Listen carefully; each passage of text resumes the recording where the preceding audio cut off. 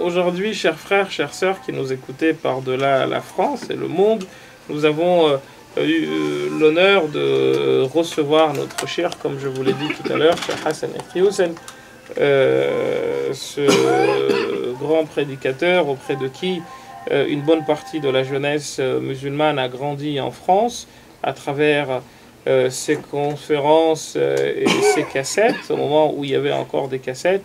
C'est quelqu'un qui a quasiment mon âge en da'wah, parce qu'il a commencé la prédication il y a à peu près 36 ans maintenant, et je suis né juste en 78, donc un an après, ou même en 78, il était déjà sur le terrain. Donc c'est un homme à la fois de connaissances et d'expérience que nous recevons aujourd'hui, et nous espérons que nous aurons l'occasion, Inch'Allah, de recevoir tout le temps, et c'est chez lui, et nous lui souhaitons la bienvenue, et nous lui laissons la parole. Bismillah ar-Rahman ar-Rahim. Assalamu alaikum wa rahmatullah, que la paix soit sur vous tous. C'est un honneur pour moi d'être parmi vous aujourd'hui, serait-ce que pour transmettre à mes coreligionnaires quelques principes fondamentaux de notre religion.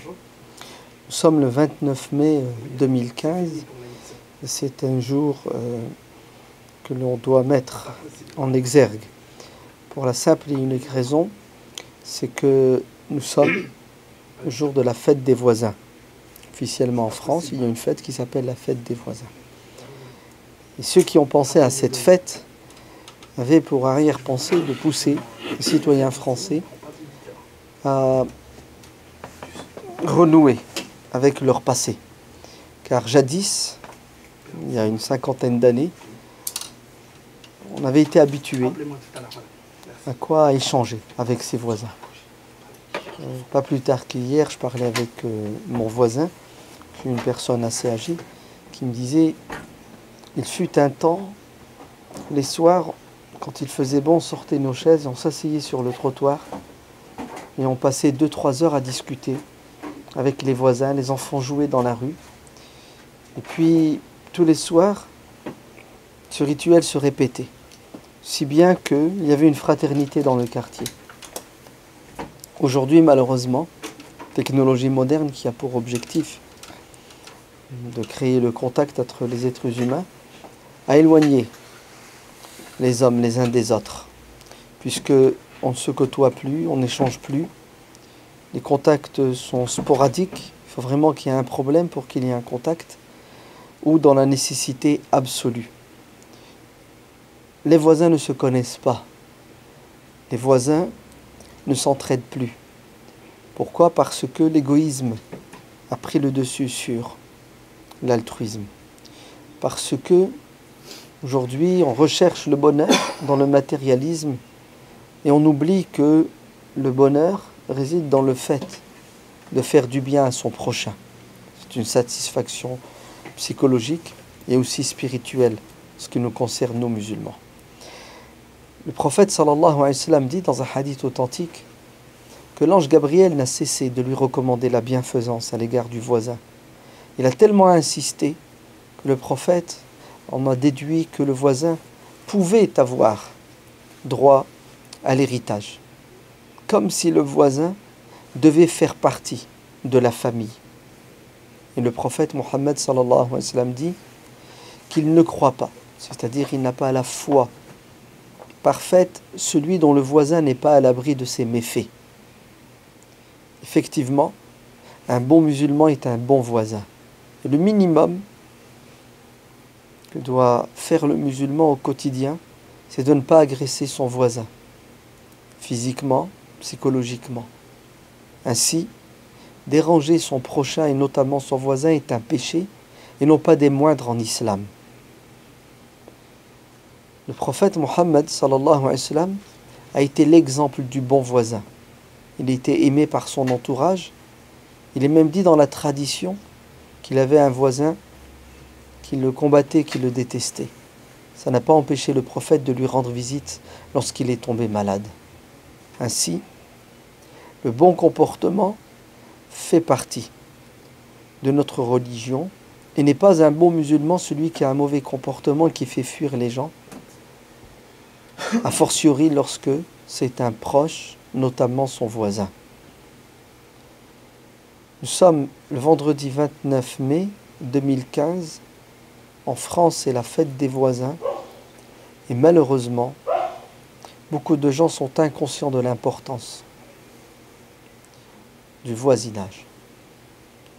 Notre pays va mal parce que les gens se côtoient sans faire connaissance. Et un pays où les gens se côtoient sans faire connaissance est un pays qui développe la suspicion chez tout un chacun. Ainsi Dieu nous dit dans le Coran « وَجَعَلْنَاكُمْ شُعُوبًا وَقَبَائِلَ لِتَعَارَفُوا » Certes, il y a des différences et des divergences entre les êtres humains, mais elles ne doivent pas être des barrières. Il faut passer au-dessus de ces obstacles. Et l'obstacle des obstacles, c'est la méconnaissance de son prochain.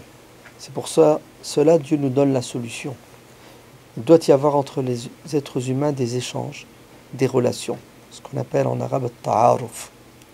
L'objectif de ce verset du Coran, c'est d'inciter le musulman à faire le pas vers l'autre afin qu'il y ait une entreconnaissance, c'est-à-dire un dialogue qui a pour objectif de découvrir son prochain avec non pas ses différences, mais aussi les points de convergence.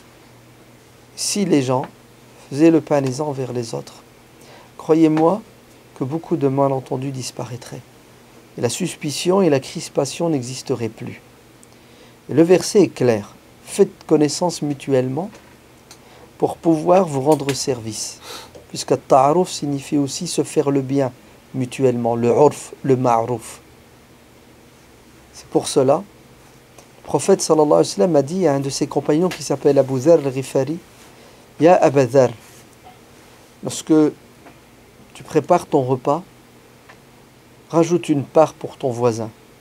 Dans une autre version du hadith, c'est considéré comme un péché que de faire à manger et laisser les odeurs s'échapper si bien que le voisin et ses enfants humectent cette odeur et ne peuvent pas goûter au repas. Il est demandé aux musulmans de tenir compte de la sensibilité de son voisin, non pas uniquement ne lui faisant pas de mal, car c'est une évidence. Le musulman doit être positif.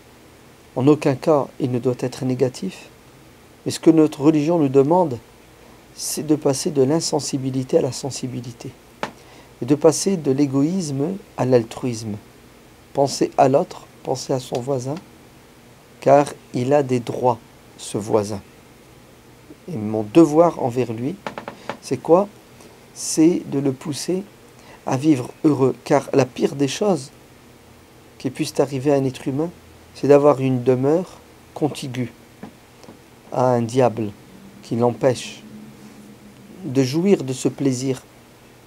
Car le prophète sallallahu alayhi wa sallam dit 4 choses contribuent au bonheur de tout à chacun. Avoir une bonne épouse, un bon époux pour la femme,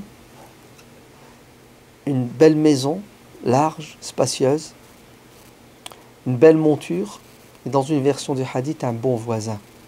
Oui, le bon voisinage contribue au bonheur. Un mauvais voisin peut nous gâcher la vie. C'est pour cela, tous les musulmans de France et de Navarre en particulier, et tous les Français, quelle que soit leur conviction, doivent fêter cette fête en invitant leurs voisins. Certes, il est un peu tard, peut-être que d'autres avaient le message, mais il n'est jamais trop tard pour faire le bien. Fête des voisins continue demain et après-demain. Non, j'ai envie de dire que la fête doit perdurer toute l'année.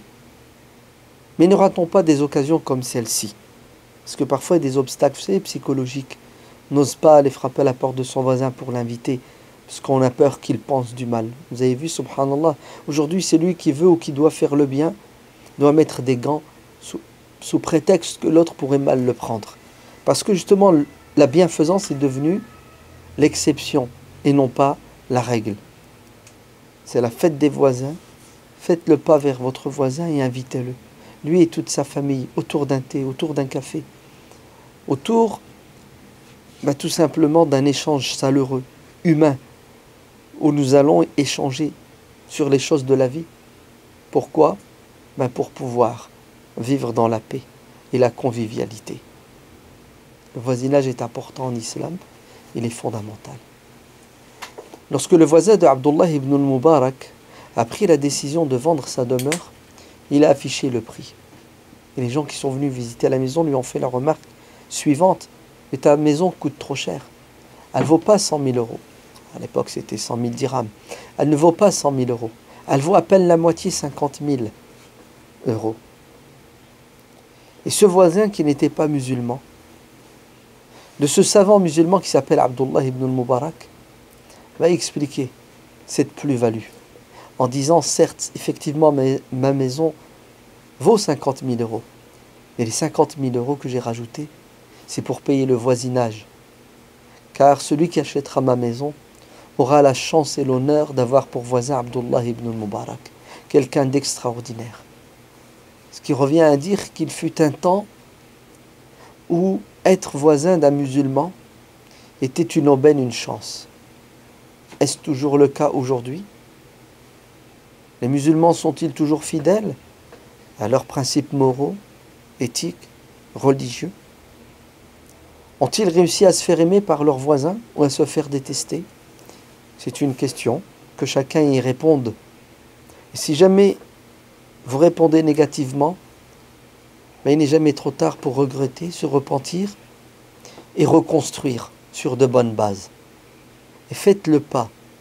Et vous verrez que gagner les cœurs des gens n'est pas si difficile. De l'ouverture d'esprit, de la tolérance, de la bonté et de l'hospitalité. Des ingrédients qui ne peuvent que donner des résultats sûrs et certains. Le respect mutuel, l'acceptation de la différence et de la divergence, et l'amitié et la fraternité humaine. Oui, il est temps que les musulmans aient le sens des priorités. Les actes d'adoration rituelle, tels la prière ou le jeûne, ont pour objectif de nous élever spirituellement et moralement. Inna salata tanha anil fahshay wal munkar. Un des objectifs nobles de la prière, c'est de dissuader la personne de commettre le mal, la turpitude. Comment les musulmans qui pratiquent la prière peuvent-ils être des mauvais voisins? Vous savez comment? En négligeant la prière dans le fond, en respectant la forme. La prière n'est pas une gymnastique physique. La prière est un effort que doit faire le croyant chaque jour pour se rapprocher de Dieu afin de se rapprocher des créatures de Dieu. Dieu n'a que faire de notre prière et de notre jeûne. C'est une prescription divine qui a pour objectif de nous donner des outils spirituels, éthiques et moraux pour nous élever au rang des anges qui ne commettent pas de turpitude. Et comment jauger notre foi et notre proximité de Dieu? Comment savoir que Dieu accepte nos prières? Comment savoir que Dieu est satisfait de nous? Faites un sondage dans votre entourage. Regardez ce que vos voisins disent et pensent de vous. L'imam Ahmad radiyallahu anhu rapporte un hadith avec une histoire. Un homme est venu se plaindre auprès du prophète sallallahu alayhi wa sallam de son voisin, qui était horrible, comportement exécrable. Le prophète conseille à cet homme de patienter. Peut-être que son voisin a des soucis, des problèmes. Il revient et dit au messager de Dieu: mon voisin est toujours autant désagréable. Patiente, fais-lui du bien. Peut-être que tu gagneras son cœur, il aura honte, il arrêtera. Cet homme revient. Le problème est toujours présent. Et à un moment donné, le prophète sallallahu alayhi wa sallam dira: la solution doit être radicale maintenant. Tu vas sortir tes meubles, tu vas les mettre sur la voie publique. Et tu vas quitter ta maison, ta femme et tes enfants, et vous allez rester en plein air. Bien entendu, ça va attirer l'attention des passants et des badauds qui vont venir lui poser la question: mais qu'est-ce que tu fais dehors? Tu as une maison. Il a dit: elle est pour moi invivable, je ne peux plus vivre là. À cause de qui? À cause de mon voisin. Et les gens vont aller faire des remontrances et des reproches à ce voisin qui pousse son voisin à quoi? À fuir sa demeure. Et la pression sociale sera tellement terrible, il aura tellement honte qu'il va demander pardon à son voisin et s'engager et jurer à ne plus jamais recommencer. Oui, c'est parce qu'aujourd'hui on est dans l'égoïsme et qu'on finit par devenir des gens qui faisons peur et faisons fuir. Un bon musulman est un bon voisin. Le bon voisinage implique automatiquement des devoirs. Et le minimum, c'est de ne pas molester et déranger son voisin. Le ramadan approche. Jeûner et déranger son voisin, c'est annuler la récompense du jeûne. Donc le respect du voisin et la bienfaisance envers le voisin, c'est un pilier en islam. Certains musulmans ont réduit l'islam à des piliers dans la pratique rituelle. On dirait presque que tout ce qui est moral, comportement est secondaire en islam. Alors que nous avons des versets du Coran qui mettent sur le même niveau les obligations rituelles et les obligations morales. Ainsi, notre prophète sallallahu alayhi wa sallam dit « Il ne croit pas, il ne croit pas, il ne croit pas. » Celui qui dort le ventre plein, rassasié, repu, alors que son voisin, à ses côtés, a faim et il est au courant. Ce qui veut dire que un des objectifs nobles de la foi, c'est de sensibiliser les croyants pour faire le bien aux créatures de Dieu. Non pas seulement les humains, mais toute âme vivante.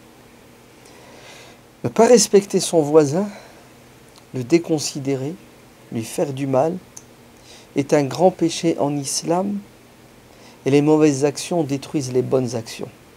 Pour se racheter, il faut demander pardon et faire le pas et demander pardon à ceux à qui on a fait du mal et non pas à Dieu uniquement. Et ensuite, compenser le mal qu'on a fait en faisant du bien pour racheter la paix. J'insiste sur la fête des voisins qui est une occasion en or dans notre société pour renouer. Pour renouer, comme je vous l'ai dit, avec nos coutumes ancestrales. La France d'il y a 50 ans n'est pas la France d'aujourd'hui. Lorsqu'il y avait encore, chez beaucoup de gens, une certaine verticalité, pour être clair et net, lorsque les croyances chrétiennes étaient très présentes dans la société, mais on sentait cet humanisme. Aujourd'hui, il y a une religion qui domine qui s'appelle le matérialisme, l'argent, voire même l'hédonisme. L'être humain ne pense qu'à se faire plaisir soi-même aux dépens de l'autre. Je vais vous raconter 2 anecdotes qui sont parlantes, qui, j'espère, Inch'Allah, vont nous pousser à mettre en pratique ces beaux principes. Il y a à peine 3 semaines, un frère m'a relaté ce qui est arrivé chez nous dans le nord, dans une ville. Un couple de retraités musulmans ont un voisin, un non-musulman, qui va perdre son épouse. Il devient veuf. Le vieux hajj musulman dit à son épouse, à partir d'aujourd'hui, quand tu fais à manger, tu rajoutes une part pour notre voisin. Notre voisin qui est seul, qui a perdu son épouse. Ils vont l'accompagner dans son deuil. Ils vont l'accompagner le restant de ses jours. À travers quoi? À travers le partage et l'hospitalité. Il va devenir un membre de la famille. Si bien que pendant des années, il vivra, mais sincèrement, sans arrière-pensée, avec cette famille musulmane qui a ouvert son cœur à cet homme seul qui a perdu sa femme. Et perdre son épouse pour un homme, c'est catastrophique dans le sens où les hommes sont très dépendants de leurs épouses. Ce qui est catastrophique dans notre société, c'est que ces personnes âgées ont des enfants qui les ont oubliés. Et lorsqu'ils se rappellent d'eux, c'est 1 fois ou 2 fois dans l'année, lors des événements et des occasions. La loi de Dieu s'impose pour tout le monde. Le voisin va décéder. Et écoutez bien, dès son décès, les enfants, qui ne lui rendaient presque jamais visite, accourent. Accourent pourquoi? Pour l'incinérer le plus vite possible et passer aux choses sérieuses, le partage de l'héritage, car il a une maison.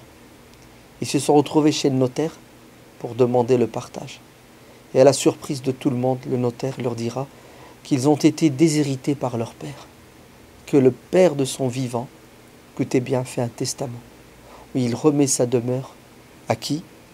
Au couple de retraités musulmans, et il a laissé une lettre à ses enfants en leur disant: vous n'êtes plus mes enfants. Ma famille, c'est monsieur un tel et madame un tel. Tout ça pour vous dire que il est du devoir du musulman d'avoir une pensée en permanence pour son voisin. Car délaisser, oublier son voisin est un péché en islam. Faire du mal à son voisin, c'est un double péché. La deuxième anecdote que je vais vous raconter, sans intermédiaire, je l'ai entendue. C'est même pas une anecdote, puisque c'est arrivé aujourd'hui. C'est arrivé il y a quelques heures. J'ai prié dans une mosquée, la prière de l'Jumu'ah. J'ai fait le sermon du vendredi.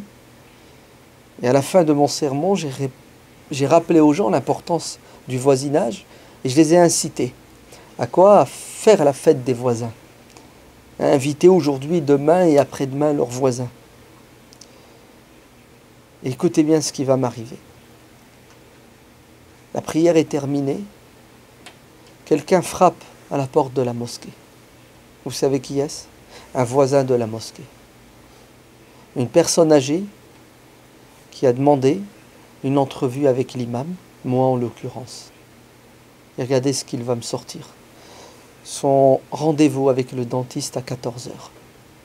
Qu'il vient de rater à cause d'un musulman. Vous entendez? À cause d'un musulman qui est venu prier à la mosquée et qui s'est stationné de manière sauvage et qui l'a empêché de sortir de chez lui avec sa voiture pour aller à son rendez-vous. Vous savez ce que m'a dit cette personne âgée, voisine de la mosquée? C'est pas la première fois que ça m'arrive. Et je ne cesse de me plaindre, mais on dirait que je prêche dans le désert. Est-ce que, s'il vous plaît, vous pouvez faire quelque chose? Pourquoi est-ce que je dois subir votre religion? Et je viens de parler, écoutez bien, il y a à peine un quart d'heure, devant un public de 3000 personnes en leur rappelant les droits du voisin, les devoirs du musulman. Et regardez ce qu'a fait un musulman. Il est venu se rapprocher de Dieu aux dépens des droits d'une créature de Dieu. Ce musulman a pensé bien faire en se stationnant sauvagement pour faire sa prière. Mais je vous annonce que ce musulman vient de commettre une injustice et que sa prière ne l'a pas rapproché de Dieu, bien au contraire, elle l'a éloigné de Dieu. Oui, il aurait dû s'éloigner de la mosquée, venir à pied, quitte à rater sa prière et ne pas commettre ce péché. Ce péché, pour qu'il soit pardonné, il faut qu'il aille frapper à la porte de cet homme et qu'il lui demande pardon. Sinon, le jour de la résurrection, cet homme le traînera devant le tribunal divin. Et ce musulman devra payer l'amende. Car Dieu sera sans pitié ce jour-là, car Dieu est juste. Et je termine avec cette parole de notre prophète sallallahu alayhi wa sallam qui dit: il y aura des musulmans qui auront accompli la prière sur terre, le jeûne et le pèlerinage, mais qui auront été malhonnêtes, qui auront commis beaucoup de fautes et de péchés envers les créatures de Dieu. Et le jour de la résurrection, leurs bonnes actions fondront au soleil de la justice divine. Et les gens à qui ils ont fait du tort et du mal réclameront leurs droits. Si bien qu'à la fin, cet homme sera jeté en enfer la tête la première, car il n'aura plus de bonne action, et les gens à qui il a fait du tort vont lui remettre leurs mauvaises actions, et il sera parmi les damnés. Ce qui veut dire que pas de piété ni de religiosité s'il n'y a pas de savoir-vivre et de bonté. Et je termine avec cette parole, au plaisir de vous rencontrer une autre fois.